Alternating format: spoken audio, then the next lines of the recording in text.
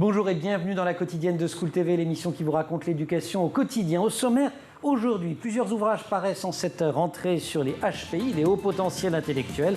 L'invité du Grand Oral a co-signé l'un d'entre eux. Il est clair, il est concret, il est rassurant.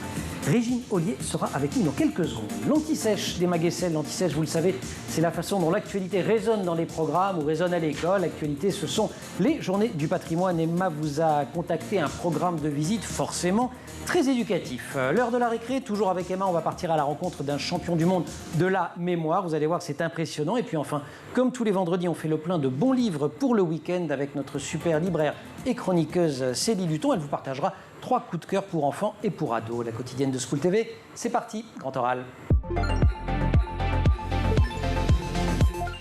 C'était les stars de la télé l'année dernière avec la série HPI. Ils sont stars de la rentrée éditoriale. Plusieurs ouvrages leur sont consacrés. Nous avons choisi celui d'Émilie Derain et Régine Ollier pour parler d'eux. Ce sont donc les HPI, les hauts potentiels intellectuels. Avant, on disait les surdoués. Demain, on dira peut-être les philocognitifs. Le titre du livre, Petit HPI deviendra grand.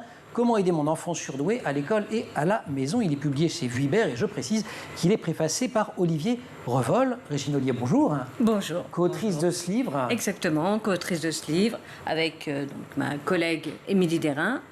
Nous avons travaillé à 4 mains, nous travaillons régulièrement à 4 mains sur beaucoup d'ouvrages, mais celui-ci c'était vraiment notre bébé qui est resté longtemps en gestation. Et qui vient de sortir. Qui vient de sortir chez Vuibert. On va définir les termes pour commencer. HPI, alors tout le monde sait que ça repose entre autres sur une mesure du QI 130 et plus. Oui. Bon, quand on n'est pas loin, on peut être HPI on aussi. peut être HPI. Mais vous proposez une définition un peu plus large en disant que c'est surtout la singularité du système cognitif. C'est la singularité, c'est surtout l'hyperesthésie, l'hyperémotion. Hyperesthésie, on va traduire. Hyperesthésie, c'est-à-dire qu'on est très très sensible à tout ce qui est, enfin, aux 5 sens. Donc on ne supporte pas le bruit. On ne supporte pas une étoffe. J'explique l'histoire de l'étiquette. On ne supporte pas l'étiquette qui gratte. De l'étiquette qui gratte. Il y a les collants, des choses comme ça pour les filles ou pour les autres. On ne supporte pas les odeurs. C'est assez terrible. Le toucher. Et souvent les hyperesthésiques n'aiment pas du tout même qu'on leur fasse la bise, ils se tiennent toujours à distance des autres. C'est un des indices. C'est un des indices qui peut montrer... Il peut y avoir l'hyperactivité. Voilà. Alors l'hyperactivité se fait de façon concomitante ou non. Pas toujours, ça dépend. Le docteur Revol s'occupe beaucoup des hyperactifs et justement des HPI. Et tout le monde cherche à le voir parce que c'est vraiment le doc... notre référence. doc référent. C'est pour ça que j'ai insisté sur le fait qu'il avait préfacé le livre Régine Ollier. On a pris quelques-uns des signes qui permettent d'identifier les HPI. Il y en a d'autres. Comment on fait pour savoir ? Parce que c'est pas, moi aussi, l'étiquette, ça me grattait quand j'étais petit et puis je n'aimais pas les collants. Apparemment, Emma, c'était pareil. Voilà. Je vous jure que j'étais... Bon, voilà, alors, je ne vais pas 130 de QI non plus, mais... Vous n'avez peut-être pas testé, hein ? Non, j'ai jamais testé, à dire vrai. Donc, mais... peut-être 130 de QI, voire plus. Voire 145 et faire partie de Mensa, du groupe. Oui, qui est le petit... Voilà. Donc, comment on fait pour savoir, sinon ? Première chose, quand on a un bébé qui ne dort pas. Alors, souvent, quand c'est le premier, c'est assez difficile. Bah oui. C'est souvent à partir du deuxième, quand le premier a été diagnostiqué, qu'on comprend un petit peu mieux.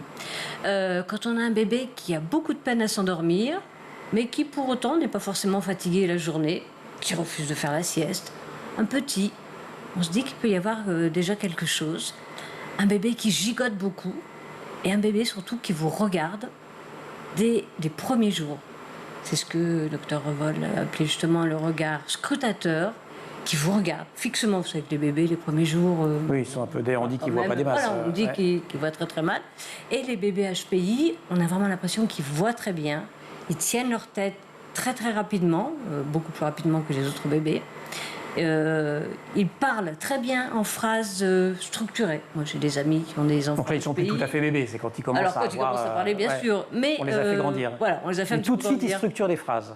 Tout de suite, ils structurent des phrases. Donc souvent, ils ne parlent pas, ils n'utilisent en principe jamais le langage bébé. Mais si je vous suis, ça veut dire que le diagnostic peut être posé assez tôt. Quasiment avant l'entrée à l'école et avant qu'on puisse faire le texte de QI, non ? Exactement, les premiers tests. Le pré-diagnostic. Le pré-diagnostic peut être posé vers 2 ans et demi à peu près. Et certains signes peuvent être révélateurs même avant cela. Et les mamans qui ont déjà un grand ou une grande HPI souvent se rendent compte que le deuxième est en train de prendre le même chemin et elles vont devant de 2-3 soucis dans l'existence, de quelques préoccupations. Vous dites, je vous cite, un enfant HPI peut avoir tendance à devenir un vrai tyran. Oui, alors ils sont, on va le dire, tyranniques avec les parents, les frères et sœurs. Les enseignants. Avec tout le monde en somme. Oui. Avec tout l'entourage, oui, on va le dire, avec tout l'entourage. Vous savez ce qu'on va faire, c'est qu'on va faire une petite pause anti-sèche et juste après, vous allez nous dire comment on peut vivre avec cette tyrannie de l'enfant HPI. Oui. On dit tyrannie avec beaucoup de tendresse pour lui. Oui, quand même. tyrannie, parce qu'on va aussi dire qu'il faut les aimer, les accompagner et beaucoup d'empathie pour que ça marche. Exactement, oui. On se retrouve dans quelques secondes. Comment aider les enfants et adolescents HPI pour échanger avec Régine Ollier. Mais pour l'heure, l'anti-sèche chez Maguessel. Ce week-end ont lieu les Journées du patrimoine, l'occasion de vous rendre dans plein de lieux absolument extraordinaires avec vos enfants. Emma, vous nous aidez à choisir, on va où? Alors déjà, impossible de donner une liste exhaustive. Non, c'est énorme. Surtout, on est vendredi, pensez à vous inscrire parce que beaucoup de visites sont déjà complètes, ce qui fait plaisir d'un côté. Parce que ça veut dire que le patrimoine français intéresse toujours autant. Alors surtout, je vous invite à vous rendre sur le site officiel des Journées du patrimoine. C'est hyper bien fait. Il y a une carte interactive de France et en fonction de là où vous êtes, vous pouvez choisir ce qui vous tente. Osez quelques conseils tout de Mais même. oui. Alors déjà à Paris, pour les enfants, une visite très intéressante les attend à la Cour des comptes qui a été créée du temps de Napoléon. Il y aura un livret-jeu grâce auquel ils pourront parcourir ce lieu d'histoire et pourront aussi participer au coloriage d'une fresque géante. Bref, c'est vraiment une façon originale de découvrir la Cour des comptes.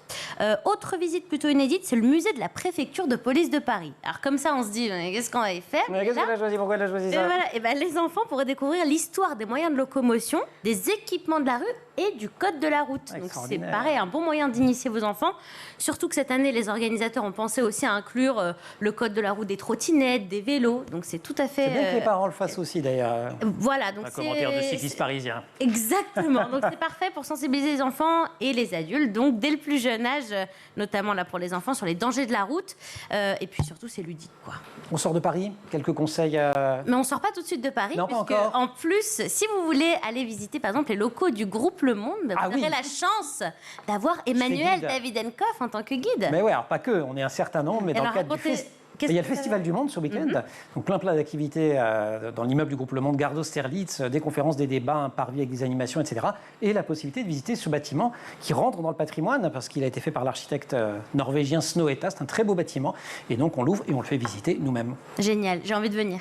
Pas de problème, il reste peu de place mais il en reste. Bon, super. Alors on sort de Paris, vous m'avez dit. Oui, quand même. On va à Aix-en-Provence. Alors là, il y a un atelier très chouette à la Fondation Vasarely, qui est un complexe qui mêle art et architecture. Il y aura plein d'ateliers créatifs pour les plus jeunes. Bien sûr, tout est gratuit, il faut juste s'inscrire. Et cette année, tous ces ateliers auront pour thème le patrimoine durable. Ça n'a jamais été d'autant d'actualité. Et surtout, c'est le thème officiel des Journées du patrimoine cette année. Et c'est aussi l'écologie, le patrimoine, des sujets qui touchent la vie de l'école. L'éducation nationale, elle a participé très activement à ces journées. Mais oui, je vous parlais du programme de ce week-end, mais en réalité, tous les enfants sont un peu les VIP de ces Journées du patrimoine, puisque pour eux, ces journées démarrent dès aujourd'hui. C'est une initiative conjointe du ministère de l'Éducation et du ministère de la Culture. Le principe, les profs amènent leurs élèves à la rencontre des lieux du patrimoine, de la maternelle à la terminale. C'est une opération qui s'appelle « Lever les yeux ». On comprend pourquoi. Exactement. Le but, c'est bien sûr de sensibiliser les élèves à l'importance de la sauvegarde du patrimoine. Il y a plein de choses prévues, on en cite une ou deux? Oui, à Orléans, par exemple. Ouais. Les enfants pourront participer à un escape game géant dans la gare, qu'ils ont renommé Escape Gare. Je trouvais ça assez ingénieux. Excellent. Pas mal, le jeu de mots. Mais d'ailleurs, beaucoup de musées utilisent cette mode de l'escape game parce que c'est un moyen très ludique de faire apprendre. Oui, on enquête, on se déplace, voilà, c'est sympa et on apprend plein de trucs. À Clermont-Ferrand, cette fois, on propose aux élèves de découvrir les prémices du cinéma avec la pellicule argentique, etc. Ça se passe aux archives départementales du Puy-de-Dôme.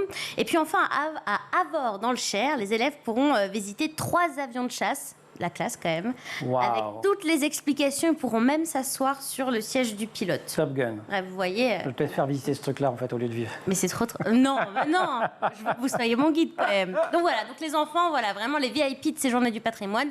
N'hésitez pas, allez sur le site, inscrivez-vous, c'est tout le week-end. Emma, merci beaucoup. On se retrouve dans quelques minutes pour la récré. On reprend notre échange avec Régine Ollier, co-autrice de Petit HPI deviendra grand oral. Que ce soit à l'école ou à la maison, les enfants ou les adolescents HPI requièrent une attention particulière. On en parle avec Régine Ollier, co-autrice donc de cet ouvrage qui vient de sortir chez Vuibert. Un petit mot d'abord, on parlait du diagnostic qui se fait de manière progressive, mais les indices arrivent très très tôt. Du côté de l'école, pendant longtemps, elle n'a pas voulu voir. L'école a été totalement aveugle. Alors, pour mon époque, bien sûr, et puis on peut dire que je crois qu'il y a, on va dire peut-être une dizaine d'années qu'elle commence un petit peu à se préoccuper des HPI. Un peu plus quand même. Non, moi j'ai le souvenir des bouquins de Jean-Charles Terrassier, ça a une vingtaine d'années. Oui, mais le temps de... Il a fallu le temps que ça voilà, il a fallu le temps que ça passe de Nice jusqu'à Paris, on va dire. C'est un petit peu ça, la distance en calèche. Dans les grandes questions qui se posent à l'école, il y a, et qui se posent très tôt avec les HPI, c'est est-ce qu'il faut sauter une classe? Est-ce que c'est une bonne idée dans l'absolu ou est-ce qu'on n'en sait rien? Ça dépend beaucoup de chaque enfant. C'est ça. Ouais, c'est ça. Ça peut être, ça peut être quelque chose qui va aider l'enfant parce qu'il s'ennuie. Un enfant qui s'ennuie commence à faire un petit peu des bêtises ou rentre en larmes aussi, ce qui n'est pas grave pour les parents. Et puis, souvent, les enfants... ils peuvent décrocher même. Décrochent, voilà. Et peuvent aller jusqu'à la phobie scolaire. Voilà. Et quand on en arrive, mais pas tous, on sait à peu près maintenant, grosso modo, qu'on a un tiers d'enfants qui fonctionnent, HPI qui fonctionnent très bien et qu'on ne repère même pas dans les classes.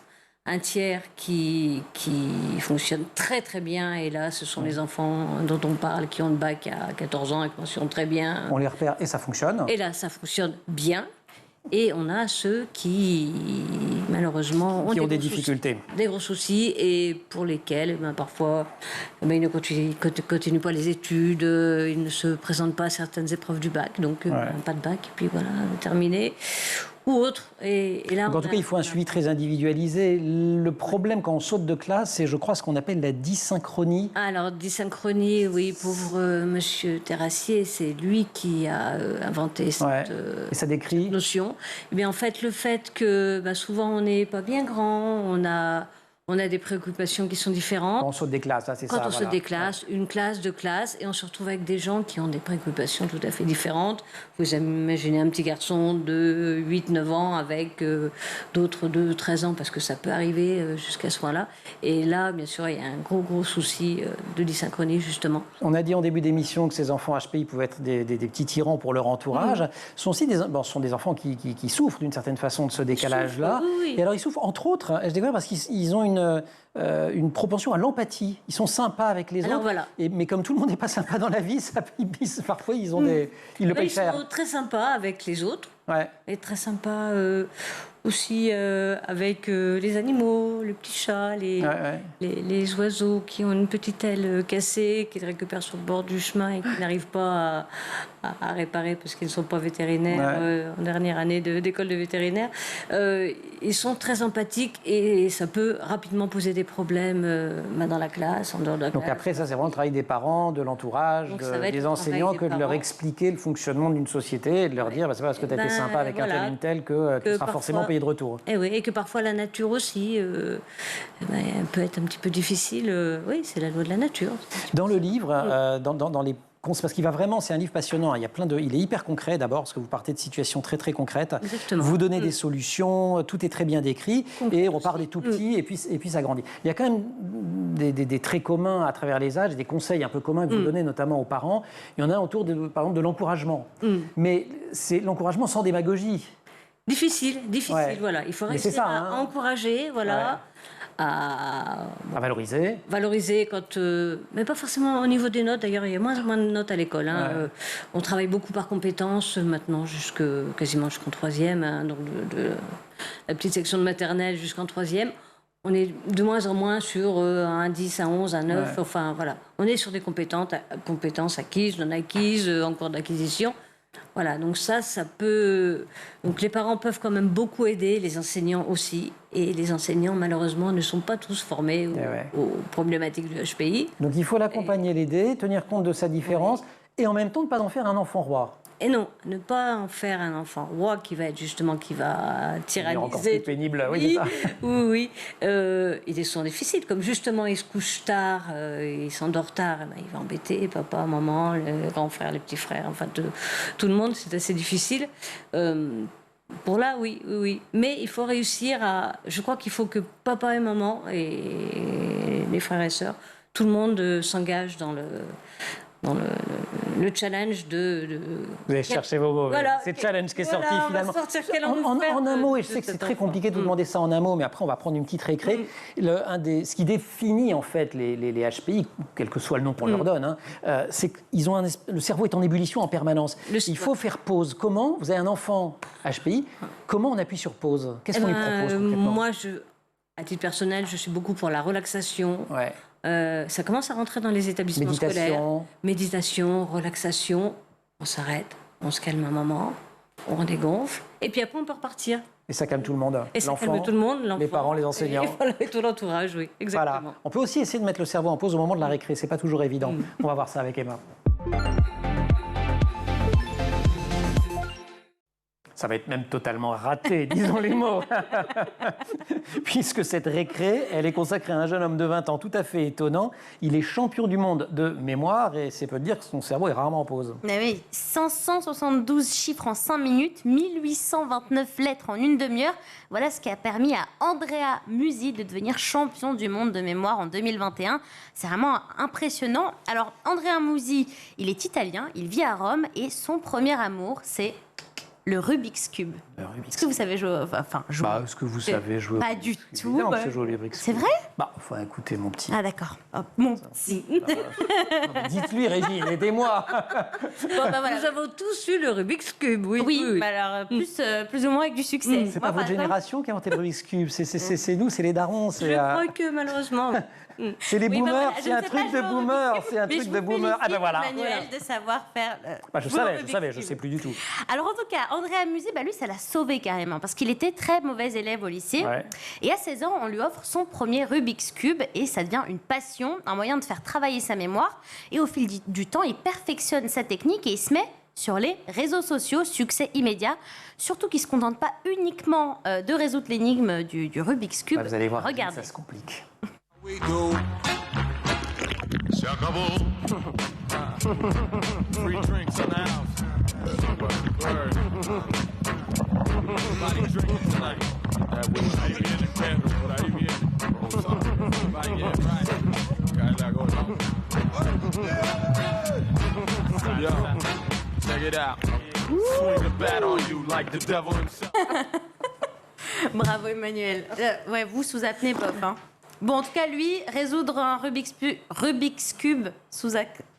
Sous apnée, check. Ou un Rubik's Cube sous acné, non. Rubik's Cube, je vais y arriver. Mais je voulais vous montrer une autre vidéo, parce que là, on a vu que c'était du 2 en 1, donc apnée plus résolution du facile. Jeu. Mais là, c'est 4 en 1, regardez. 1-4-1-5-9-2-6-5-3 5-8-9 7-9 6-2-3 4-6-2-6-4 7-8-3 2-7-9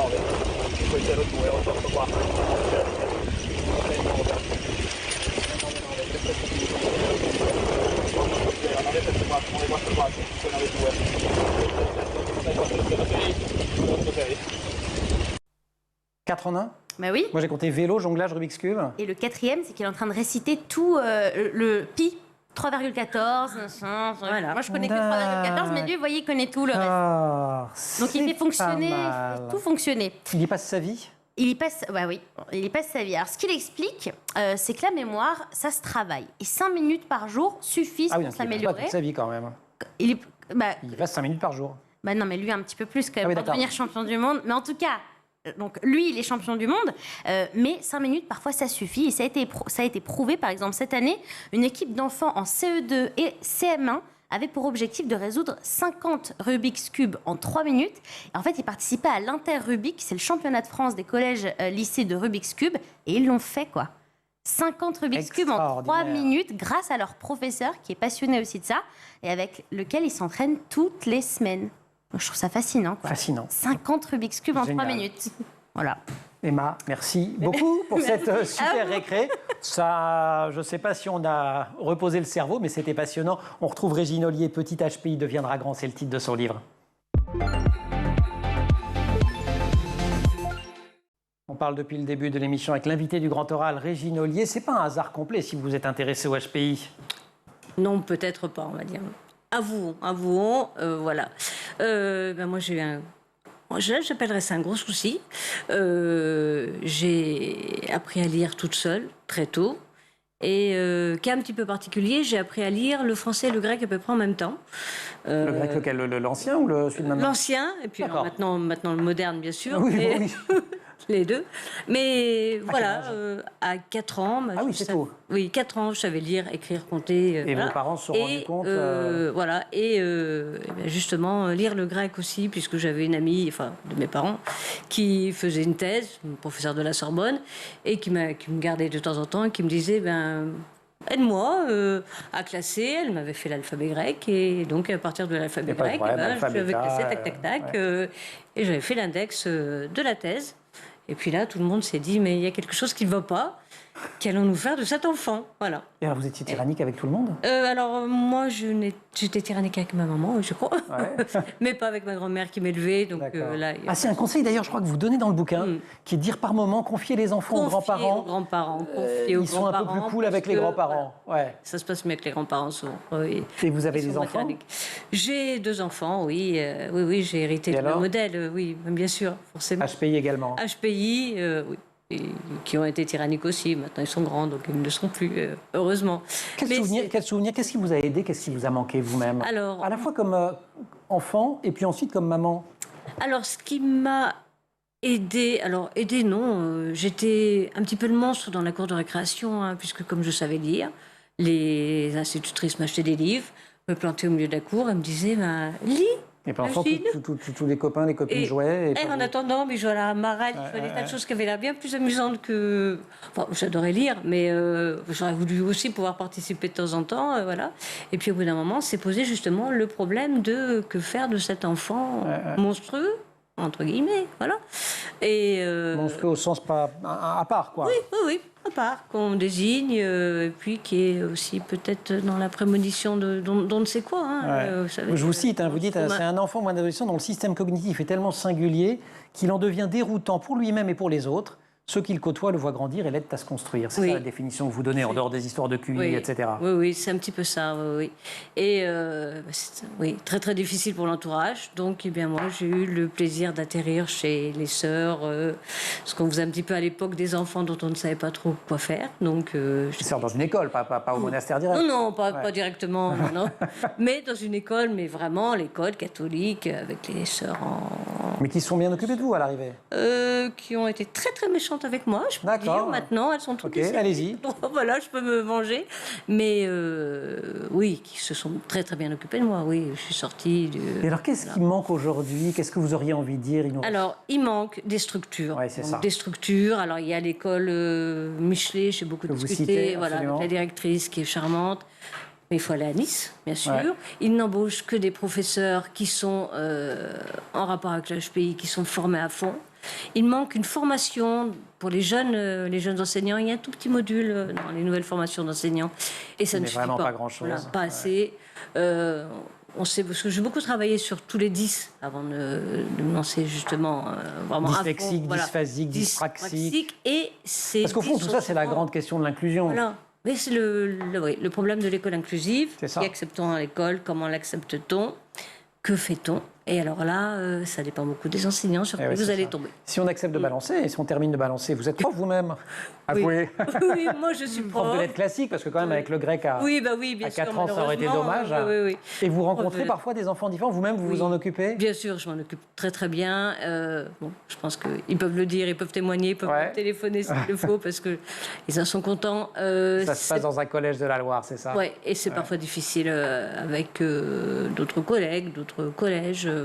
C'est pas toujours... voilà. Allez, Pas de on choix, lit, c'est- petit HPI deviendra lit, grand. voilà. C'est vachement bien. 60 fiches de conseils pratiques pour enfants et pour ados. Ça démarre, je le signale parce que je trouve ça extrêmement bien, à chaque fois par des paroles d'enfants concernés. Donc on entend leurs mots, on entend leur façon de fonctionner. Ensuite, on vous décrit la problématique que ça peut poser. Et ensuite, on vous propose différentes solutions. C'est pas dogmatique, ça ne vous dit pas qu'il y a des HPI du tout. partout. On se méfie un peu d'Internet d'ailleurs. et Alors, on tout se ça. méfie beaucoup des tests sur Internet. Voilà. Oui, je On va pense voir que des c'est la peine, oui. professionnels. Il y a des professionnels, il n'y en Il y a a- pas assez, mais il y en a quand même. Non, il y a des psychologues, hein, attention, ce sont en principe les psychologues qui font les tests. Voilà, c'est écrit qui sont charlatan, on vraiment, ne va pas. non, et puis surtout pas Internet. Parce que... Bon, on va s'intéresser aux livres, parce qu'on s'intéresse aux livres tous les vendredis Ah oui. dans l'émission. Vous en lisiez beaucoup quand vous étiez petite. Eh bien, Célie Luton, notre libraire, donne plein de bons conseils dans l'émission. Emma, merci, elle va vous Merci à vous. succéder.